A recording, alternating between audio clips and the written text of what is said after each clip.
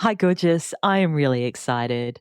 This week marks my 1000th couple that I have hitched together, that I have been fortunate enough to be able to stand beside as they are there with sometimes friends and family, sometimes on their own, sometimes overlooking the opera house, sometimes on a very deserted beach all around Australia.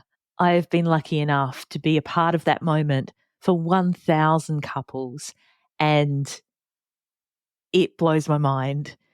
Like anything that you've achieved in your life, it's incredible to look back and see how far you've come. To think about all the families that I've met, all the best friends, all the groomsmen and best men that have made their jokes about, "Ooh, I don't know where the rings are." All the flower girls, the page boys, the random kids on a beach when it was 40 plus degrees on Australia Day who are wearing their bathers and some of them pulling them down to expose their bare butts during a ceremony. That's one that's stuck in my head.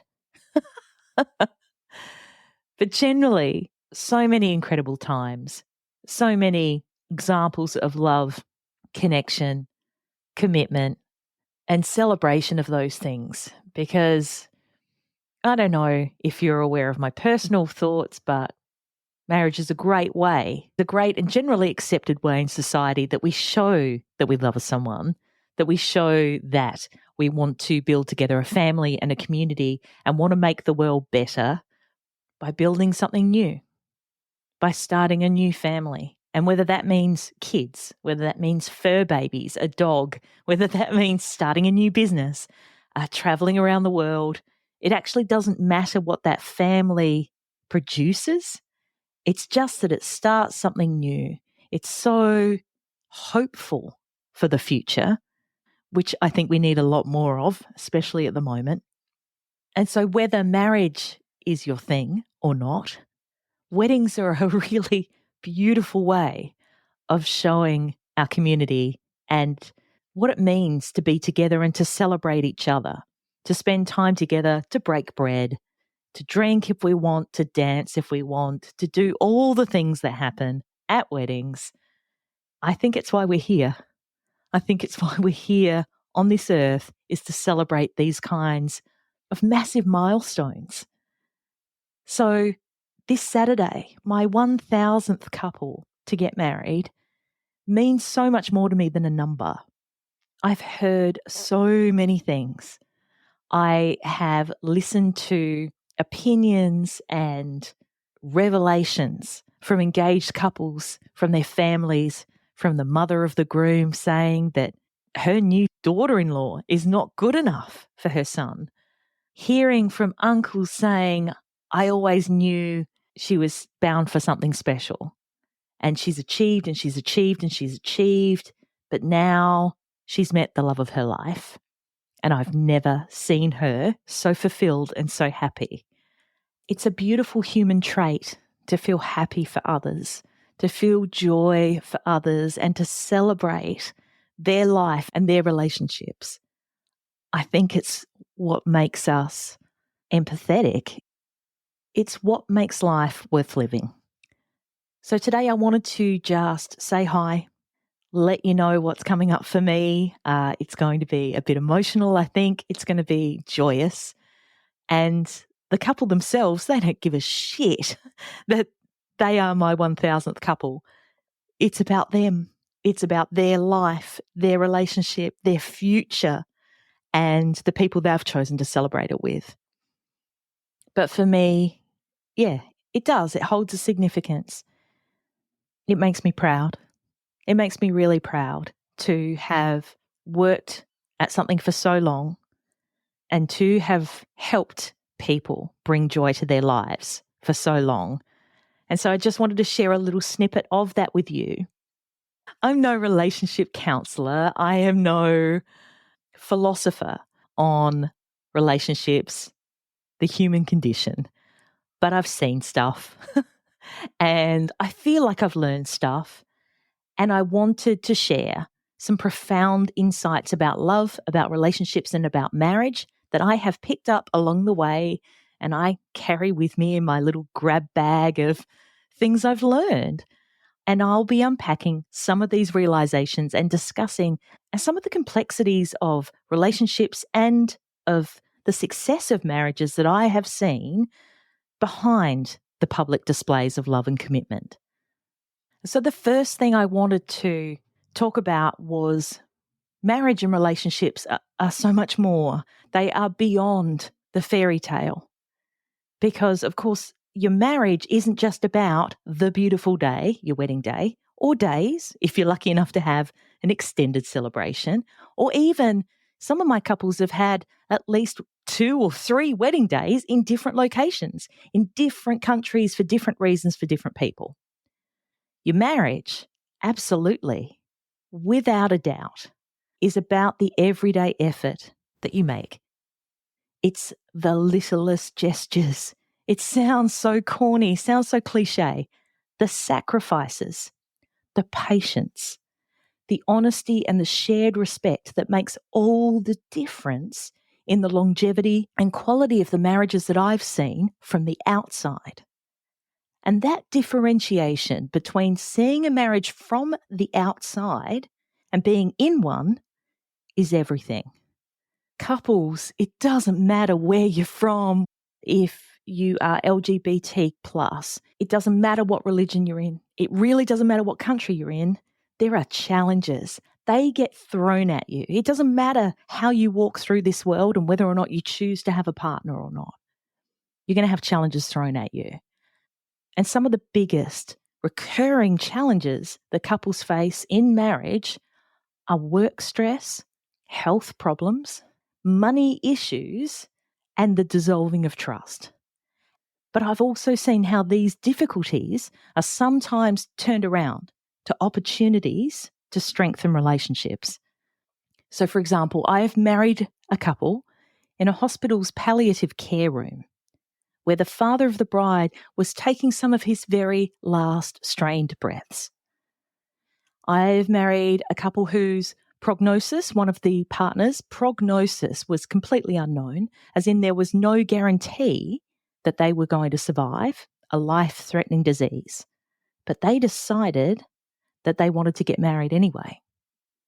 I've married couples who have very, very little, materially anyway, in life, and some who have the kind of money and security that you can only dream of. And neither of them is any more in love than the other. And so adapting together, the need to adapt in these situations, in successful marriages, and how being able to grow and change as a team makes a lasting impact in the success of you as a couple, your relationship, and your marriage if you choose to have one. And in that vein of thought, your wedding, the whole lead up to it, the day of, the aftermath, does not define your marriage. Your wedding does not define your marriage. Some of my happiest couples who seemed perfect during their weddings separated within just a couple of years. A personalised and beautiful wedding doesn't guarantee a strong marriage. And likewise, the difference between public and private displays of affection, especially during a wedding when it's like, you should get up and, write your own vows and say your own vows. The willingness for a couple or one of the partners to do that isn't always reflective of their private relationship, because introverts and extroverts alike can act very differently towards people and each other behind closed doors. And just like what you see on social media versus the reality of everyday life, relationships can be vastly different from how they appear on their wedding day. So as much as you don't want to be judged, please don't judge others. It'll rarely be an accurate representation of what is actually going on, of which there are always 2 sides to as well. So I'd encourage all couples to release the pressure to have a perfect, in inverted commas, wedding, or to believe that a certain kind of celebration means a certain kind of marriage. It's more important to focus on your relationship itself than the wedding day. I would encourage you to prioritize creating a wedding that feels great to you, that feels real, authentic, and like it means something, rather than throwing cash at things in the chase, in that pursuit of the ever elusive perfection that you think is going to make you both happy. Or, as we all know, trying to meet those societal or parental expectations, because in the end, please believe me, in the end, it means sweet fuck all. And so when I looked back and I thought about all the couples I've met, how happy they seem now, and who knows, this is just in communication to me and what I see on social media myself, but there seems to be a common thread. And the first and the hardest is great communication. The importance of open and honest dialogue between partners, especially, during ceremonies, couples often vow to communicate, but keeping that vow requires constant effort, day in, day fucking out. It's the respect of being clear and of saying what you mean that is sometimes the hardest thing to keep up when things get tough, when you get tired, when things aren't going well. But sometimes I think that's when it really matters. Humour and laughter, and I've said it before, but those couples who can laugh together often seem to weather the challenges better. My light-hearted couples who can use humour as a tool for connecting with each other, for letting each other know that nothing is as serious as it seems, I don't know if they have easier lives. It certainly seems like they take the pressure off each other and themselves by being able to laugh and make light of and joke about the hard times and the fun times as well. What is getting together with someone for if we're not able to have fun? And I've also seen how support systems around a marriage, around any relationship, your marriage is not existing in a vacuum. The community, your friends, and the family you come from and allow in your life play a massive role in helping you navigate the different challenges. I've seen support systems come into play during both the wedding planning and beyond. And yeah, there was the mother-in-law who honestly thought that her new daughter, her son's bride, was not good enough for him. They really are up against it from the get-go, aren't they?